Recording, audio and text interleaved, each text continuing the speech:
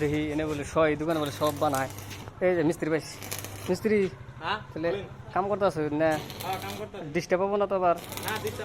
তাহলে কি কি কাম করুন এনে? তার মানে ধরেন গ্রিল, ফাড়ার gate, sliding gate, glass table gate, glass table, তারপরে গ্রিল যত ডিজাইনের গ্রিল আছে এটা বানাইলেন? হ্যাঁ, যত ডিজাইনের গেট আছে এভরিথিং বস্তু আর কি করা হয় এখানে। হ্যাঁ, বাইরে বাইরে এটা কি বানাই দিতে? বাইরে এটা স্লাইডিং গেট। লাগবে নাকি আপনি?